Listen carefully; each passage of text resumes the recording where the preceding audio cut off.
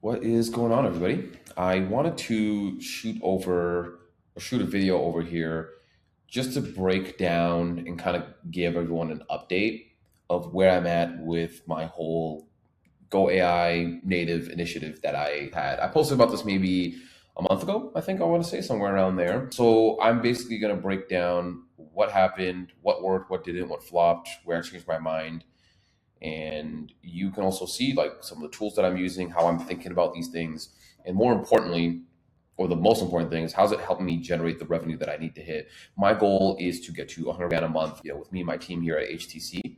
And by the way, I've been posting a lot more on YouTube. So one, go follow me over there or subscribe, like, comment, all that good stuff. And because I am posting more on YouTube, starting more intros for those who find me on YouTube. So if you don't know who I am, my name is Elijah. I have been in March of 2025. So I left my corporate job to go all in on this. Best decision I could have ever made. And prior to that, I took like the 5 years experience that I had and I bundled it into a profitable agency, that's one of the great escape routes, I guess you could say, escape the matrix or whatever people say these days. It's been super helpful for me to get a lot of context on, and I'm glad I had a lot of learnings during corporate because I'm applying it every single day. So let's get into the video. What you can expect for me to talk about in this is going to be one, the receipts, right? Of like what I said I was going to do and then where I'm at with that. Claude Code is my hub and how I'm building that. Client onboarding, call scoring, automation, the tech stack that I'm using, right? What didn't work, right? And more going specifically into that, where I changed my mind, and then the revenue goals and what's on the horizon. And then just the big takeaways as well. So that's what I'm going to go through. This is going to be a longer video, probably 30 to 40 minutes. So 15 minutes is going to be capped out on LinkedIn. So you can move right over into YouTube. So we'll get into it. Let's go into the first part. All right. This is basically what I said I was going to do and kind of like the plans I had. So let's go point by point. So the main thing was setting up Claude Code plus join coaching from an individual who I highly respect and look up to. All that is done. So Claude Code is the operating system that I essentially wanted to build. And if you look at that post, I'll probably link it in the YouTube or the LinkedIn post. The goal was to have a context OS, like a context operating system, meaning if you use any sort of AI tool, forget Claude, right? Perplexity or Gemini. Those are my two other favorites. So I'm not, by the way, one of those guys who's like just married to Claude all day. I love these other tools. The big challenge you have is every time you open a new project, a new thread, even a new, let's just say if you create a custom gem in Gemini, it's the context that gets lost, which is a huge pain point for me, right? Because I'm constantly, there's so much things I'm dumping in there and I'm pretty organized. So we just started the sessions and it's been great so far. I've been learning a ton.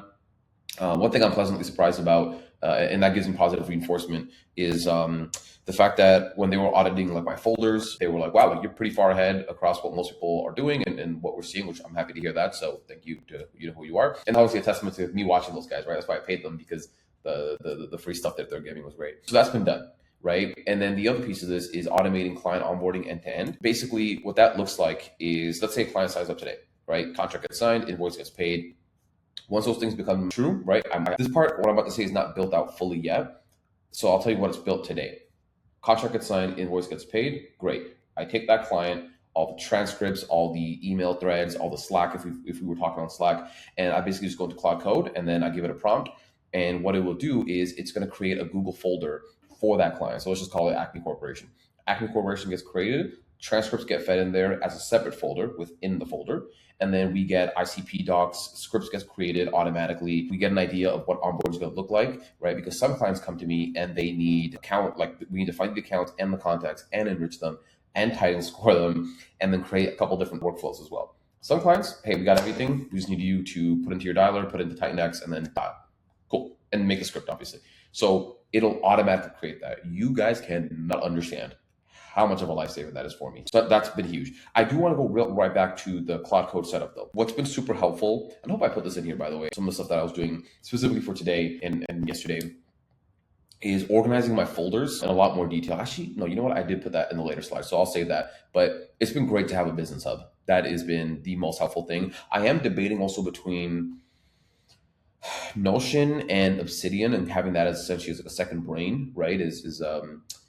I've been doing a little bit of it, but not that much. So there is that. The piece with the building the pre-call research workflow, that was a big airball in my opinion, because basically the workflow was this: client comes in, or a prospect, excuse me, whether it's through Salesforce, LinkedIn Calendar, or Calendly, whatever the case is. Client comes in, what would either happen is once it gets caught on my Calendly or my Gmail, excuse me, I have a scheduled task that runs basically daily to like catch those things, and then it's going to find the prospect, grab their URL, do research at the account level and the prospect level or the contact level, and then it'll spit back like a PVP I can basically just like put out, and a script that I would use, and then I'll present that on the call.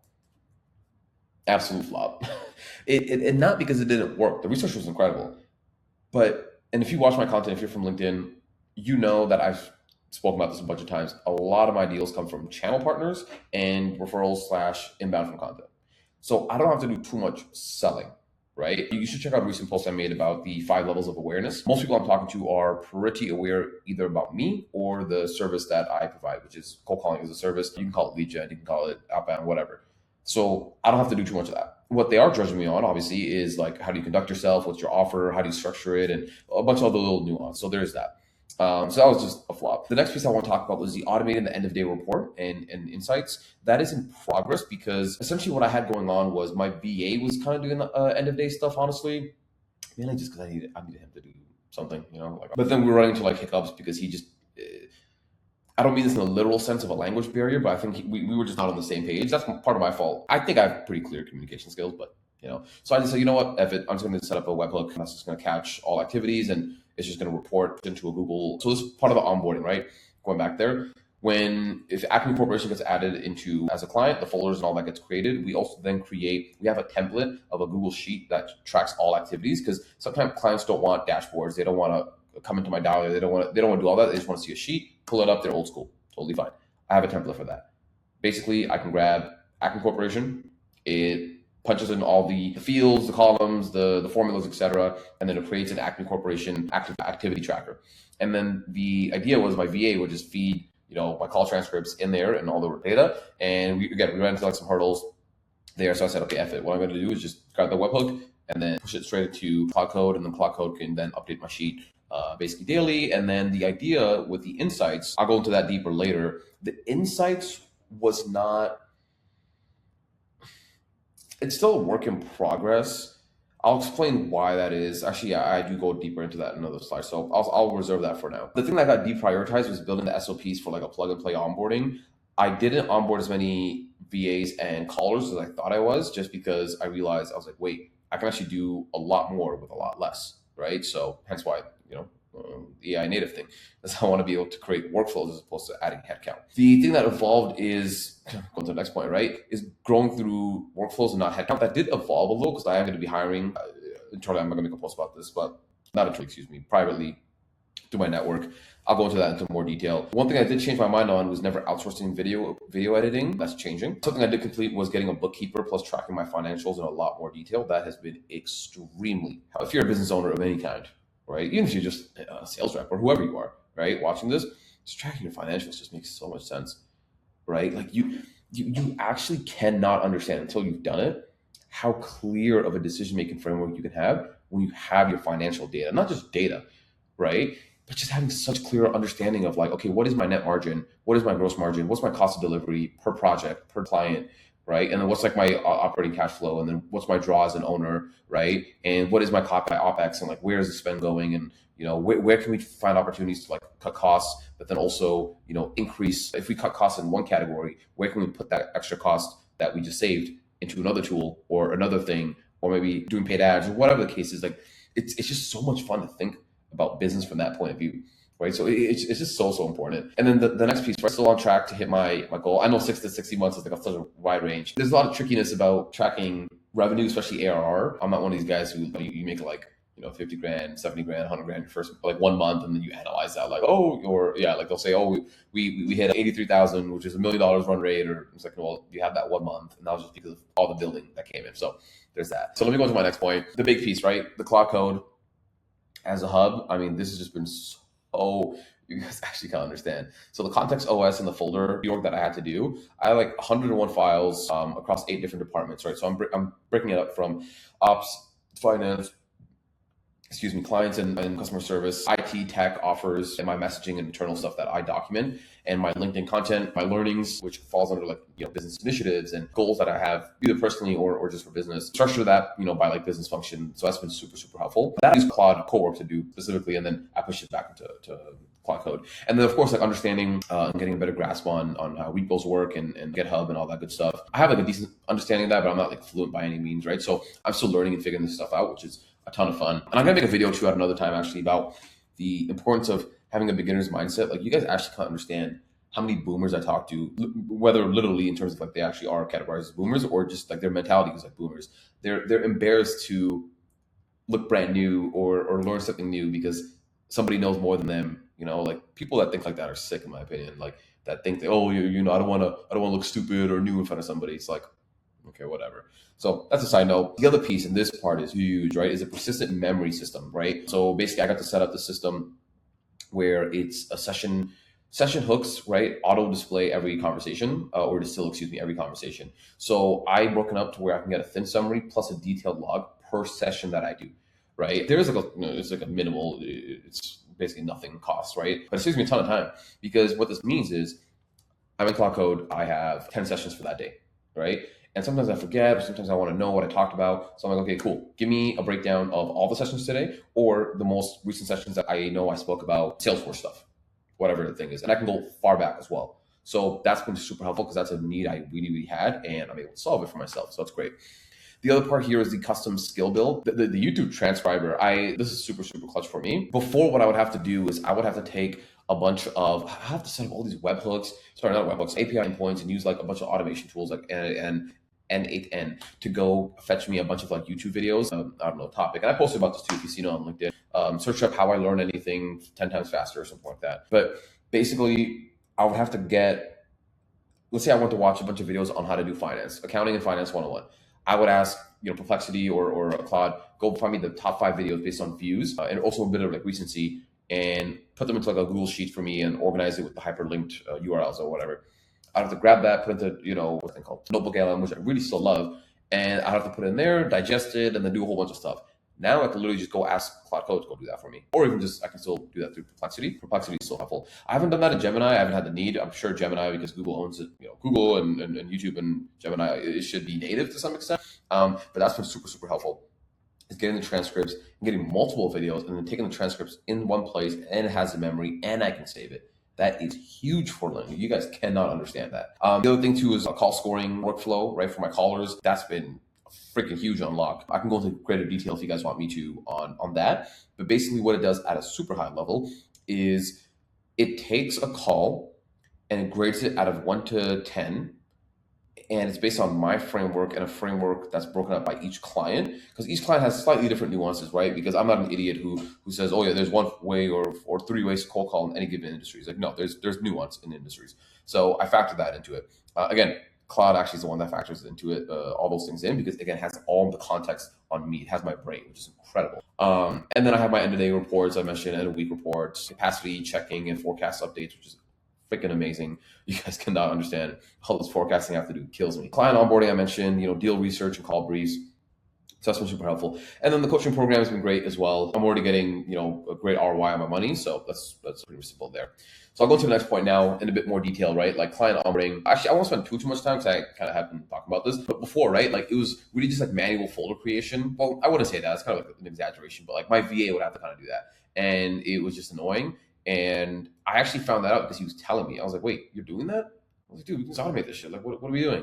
Right? So there was that. I also did get rid of Lovable. I will tell you, I did not get a lot of value as much as I thought with the client tracker that I had with Lovable. I still use Lovable for other things and like Replit. But a lot of it is, when you're like a business owner, you're focused on just, at least for me, I'm just focused on revenue generating activities, right? There's a lot of things, and there's a slide I'm going to talk about later where you can talk a lot about, I'm going to talk about how there's a lot of cool ideas, right? It sounds cool to do this or build that or try this, but like time is money, guys, right? Now, again, it depends on your goals, right? If you want to just go make 15, 20 grand a month, 25 grand a month, whatever, with your business, your agency, super, super doable, right? Like more than you guys know. And you want to, play around with tools and I don't mean that in a derogatory way, like, oh, play around with some tools like you're a kid. But no, I just mean like you want to test around and do that. Absolutely makes sense. But with the goals that I have, like I work like a dog and every hour counts, every half an hour counts for me. So I just wanted to say that, right? It just causes extra friction for no sense or for no reason. Zapier in the workflow, I removed that temporarily. I'm not getting too much value out of that. Script writing from scratch. Well, I don't use them from scratch, but like every time I get a client, I have to go into my, my project that I have or my Gemini gem if I'm using Gemini, and I have to like create a script. That's too stupid for me. It's a waste of my time. Yeah, but much of these are like old processes, and then you can just read. You can pause the video, and just read the after stuff that I did. So I won't go into too much. This part here, this has been super helpful. I'm actually going to go a little deep into this. So we basically created like this call scoring and caller management workflow. So I don't hear too many people talking about this, especially like in the agency world of cold calling. Not that there's a lot of cold caller agency guys on YouTube. But even the guys I know on LinkedIn, like they don't talk too much about this. I don't know if they have this, but like this is something that I have and I built out. That I should say this is someone he helped me basically just like build this thing out. So it's a workflow that grabs all the calls. So let's say you're my caller, the person watching this, right? You make a call, and that call gets logged and dispositioned. What now happens, right, is we have a rubric of what a good call is per client. So let's say we're calling on Acme Corporation. They sell into, I don't know, accounting firms. We have a script and a framework and their ICP and their value prop, and we feed all of that data into Claude Code, and now it's going to grade your call based on that. But here's the other important thing, right? It's going to basically, it's going to understand and score you out of 10, yes, but it's also going to look at, depending on the caller that you are. If you're senior, I'm not going to watch this as much, but it's also going to track you based on your disposition, because some of my callers sometimes don't put the right dispositions, right? So it also flags that for me. And then it tells me like, okay, what are areas of feedback? What do you do well? Sometimes, and I set it up this way purposely because sometimes there's no need for feedback, right? Like if your call is a 7 out of 10, I don't need to know that, oh, well, he skipped the value prop. I mean, that's a big part, but like, like it's not, I don't need to know the little things. I'm focused on the big picture. That's just how I am in general. I'm focused on big picture stuff and what am I saying? Needle moving activities and tasks. That's what I'm really focused on. So it's going to grade some of these things that I've kind of listed here, and that's been super helpful. And clients get visibility, and they love it. So that's been extremely great for me. Steal that if you want. I don't care. Now here's the next piece, right? The automation map. This part I'm really, really excited about. So I'll kind of break down what's live, what's building, what's planned, and what's killed. So live is the pipeline review Monday and Wednesday. So this basically pulls, or it does like a pulse transcript to a client. It's kind of the idea. It also does a lot of capacity check. That's, again, for my business, that's very, very huge. I need to make sure I'm capacity planning at all times, essentially, and especially with my callers more than me, honestly, because I can manage my time. So that's been a huge thing, right? Is every Monday and Wednesday. I mean, I do my deal checks every day, but every Monday and Wednesday specifically, I get a morning brief where it's like, okay, these are the deals. This is where it's at. This is what you need to do next steps wise. And this is when and if you can even take it on for this month, this week, this quarter, etc. That's been great for me. And then the client onboarding, I've already spoke about that a couple times here, so I won't go too deep into that. One thing that I don't think I put here that's live is also my Salesforce CLI through Claude Code. That thing has been freaking amazing. Oh my Lord. I love Salesforce. You guys actually don't understand. Everyone hates Salesforce. I just think you don't know how to use it, if I'm being honest and candid. I love it. I hate HubSpot.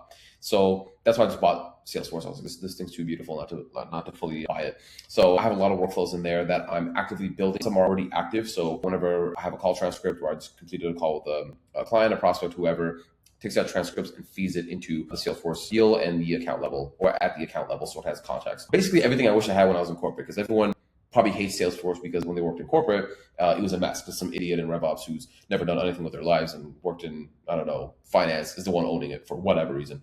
What I'm building is the Calendly Salesforce opportunity workflow.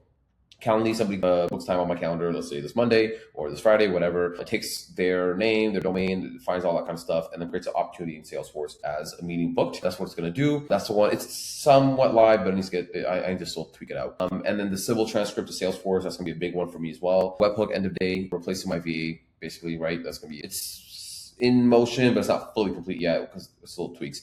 What I'm planning right now is the stage change full onboarding trigger, meaning somebody signs a contract, now they're close one, then boom, automatically, as soon as they sign, it moves them in Salesforce to client or onboarding or kickoff. I forgot which stage. I'm still building all my stages and stuff. It's going to have that trigger, which is going to be great. And then it's going to make a Slack channel, right, based on that client and everyone who's associated with that client that I'm already speaking to on Slack, if that even is the case. And then also my inbound lead auto create. That one is not much of a priority, if I'm being honest. Some of the automations that I did kill is the Slack parsing client channels. I won't go into too much detail. It's also a waste of my time, honestly. And then obviously, as I mentioned as well, the call research was just overkill for a lot of the warm deals that I get. Cool. Let's go into my tech stack now. So, because I get a lot of questions about this, it's nothing too crazy, honestly, guys. I'll go point by point here. So CRM, like I mentioned, Salesforce. I still have Apollo as like a data provider, my sequencer from time to time. my deal tracker, which obviously I'm not gonna need that for obvious reasons. I have it. It's like $150 a month. It's like nothing to me. So it's like, why not have it? Data enrichment, Zoom info, Prospeo, upsell, lead magic, Blitz API, Titan more for phone validation, and Forager occasionally when I'm feeling bougie and I want to spend an arm and a leg basically. That's still great data, but it's just really expensive. My dialer, my defense, front spin, right? I'm in the process of still migrating to that. Just signed an annual with them.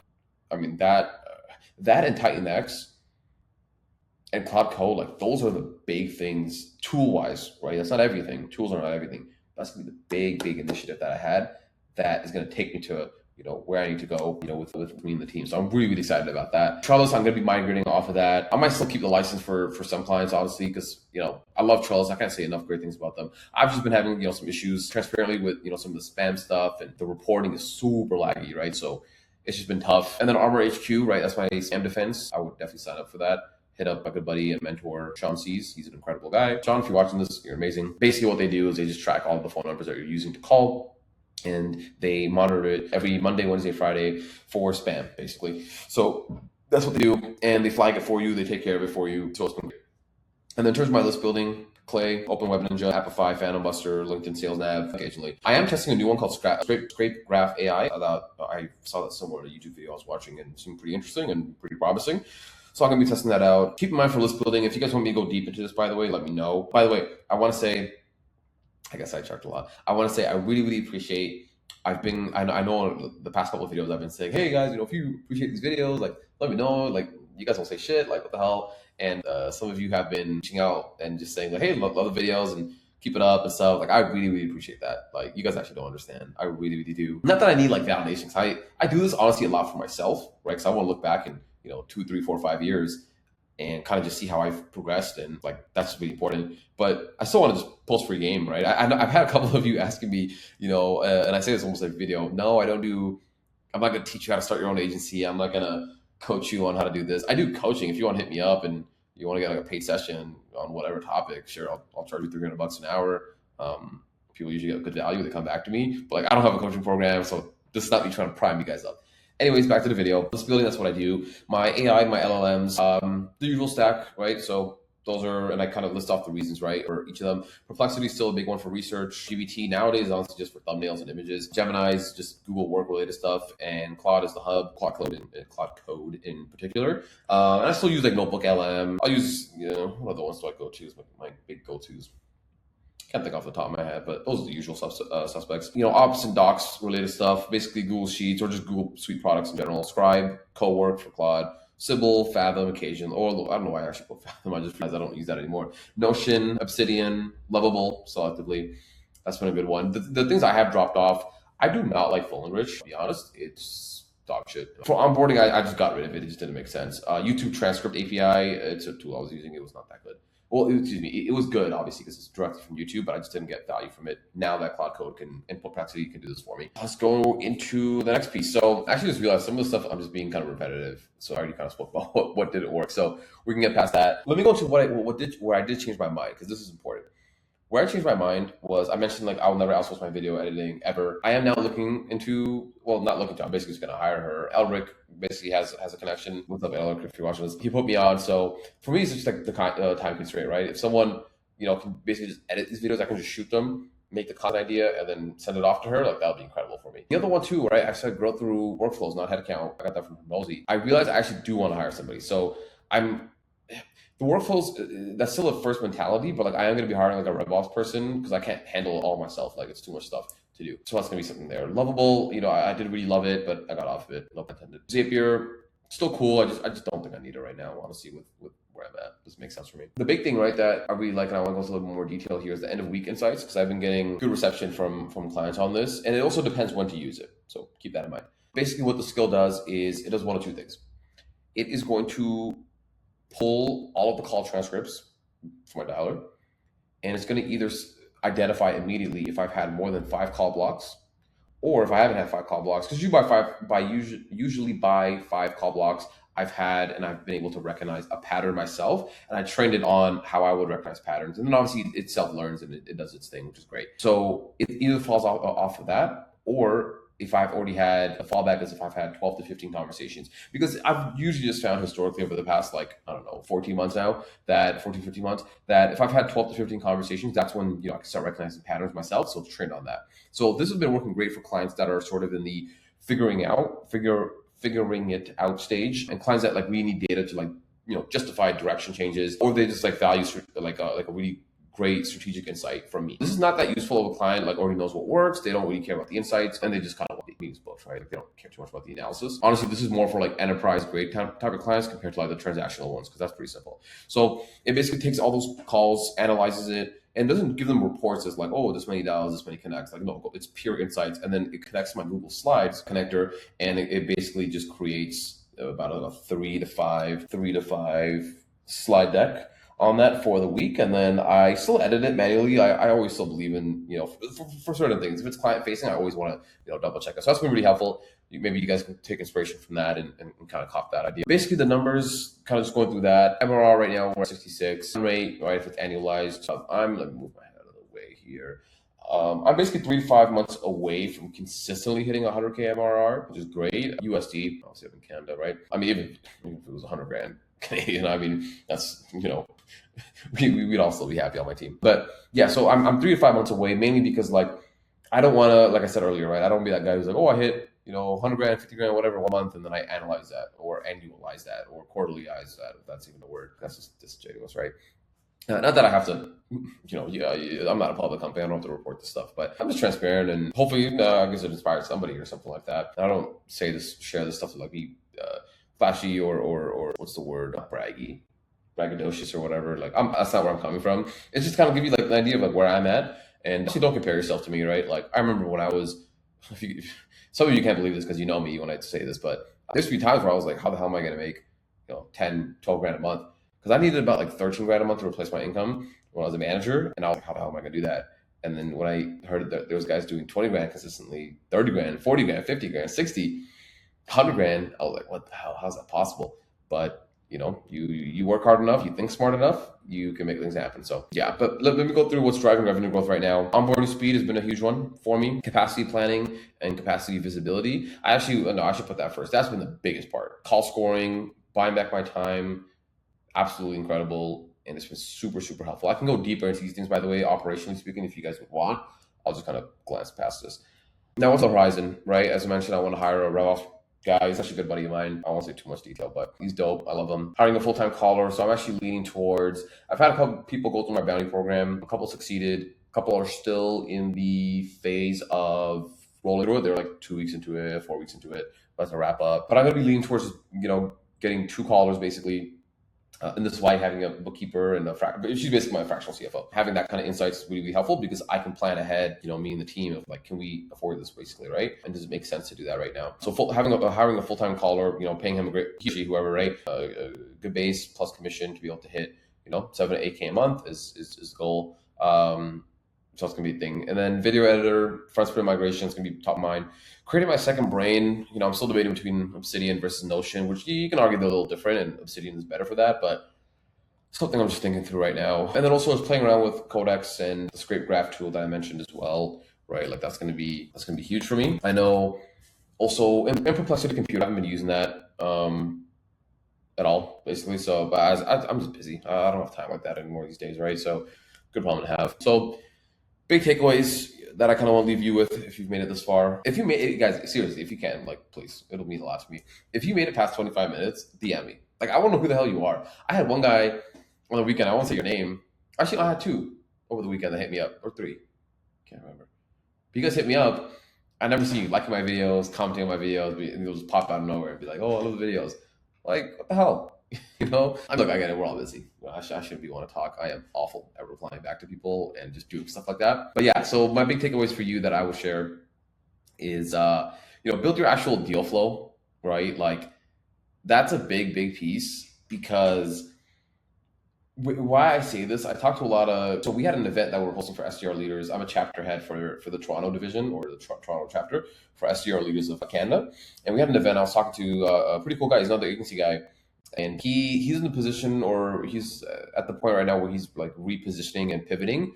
And I was sharing a lot of, insights with him of like what I'm learning and where I'm falling short. and he was thinking about things a lot. Like he was thinking about things the right way, in my opinion, because he knew deal flow was the most important thing, and getting that as the first bottleneck to fix. Right, because once you have deal flow, a lot of things can solve for themselves. So that's the big part. Because I talk to a lot of you that want to get really fancy and do a lot of extra shit. I'm like, don't focus on that, right? Just get your actual deal flow going. The other piece, right, is every tool in the chain is like potential failure point. Is kind of how I saw it. So cut out what you can. Like it's so cheesy, but seriously, like simple scales, guys. That's a big thing I'm learning. Not that this is extremely relevant to what I'm talking about, but there is a point. One of my old BDRs I used to manage, Hike, he's a great guy. I was just talking to him. He manages his own BDR team and he's freaking crushing it. We were talking the other day, and he was telling me how he got off of all these AI tools like that CRM, Adio or Atio, whatever it's called, PayReach and Actively AI and all these bullshit tools. Like you're doing a lot of plugging in and fixing and auditing. Like he just got off those and went right back to the old school stuff. ZoomInfo, Gong, Outreach, Salesforce. That's it. And Orem as a dialer, right? Obviously, I'm not saying everyone can afford that, but he just went back to the tools that can just get the job done, right? No tool is perfect, so keep that in mind. I mentioned this earlier too, right? Something can sound cool, but it's not the same as like, hey, saving me time or generating me revenue directly or indirectly. So that's a big thing. Learn from my mistakes. I made that mistake. I still continue to make those mistakes, right? It's hard to stay focused. That's a huge thing. The other part, right, is if the human in the loop, adds friction instead of judgment, like you gotta automate that shit. Human in the loop is still important, but like I said, some things that are client facing, I'm not gonna fully automate that. Absolutely not. But there's some things that are back end related, or maybe it is a little client facing, but it's like really easy things to like be able to automate. That shouldn't take too much time. You gotta be able to like discern between those two things and make the right call. So it's up to you to decide, obviously, right? You just kind of use your better judgment. And the big part too, right, is like changing your mind isn't failing. Just kind of updating, right? So that's kind of why I'm making this video. I want to follow up on the things that I said I was going to do, and then I am still doing it. So hopefully you guys learned a thing or two from this video and kind of what I'm doing right now. I got more updates coming through, positioning, pricing. Pricing's been such a huge lever, honestly, and different ways to like get paid up front, the different ways to give discounts strategically where it makes sense. There's also times where it makes sense to like share your margins. I do that where I'm like, hey, look, I pull up my sheet. I'm like, these are my margins, right? So when someone's trying to beat me up on price, not that they often do, because usually they can afford it. So hopefully you got something out of it. I'll kind of end the video here. If you made it this far, again, I appreciate you. Hit me up on LinkedIn. Just DM me and say something like, watch the full video. And also too, give me feedback on what type of videos you guys like to watch. Like that'd be super helpful for me. Obviously, I have no shortage of content ideas because I just post about what I do all day. Like that's it. There's no creative team behind this. There's no AI prompts. Obviously, AI helps me write the posts and all that kind of stuff, and I edit it. But a lot of it just comes off of what I just do day to day, right? So there's that. But cool. I'm gonna end the video here. Appreciate your time, and I will see you on the next one. Take care.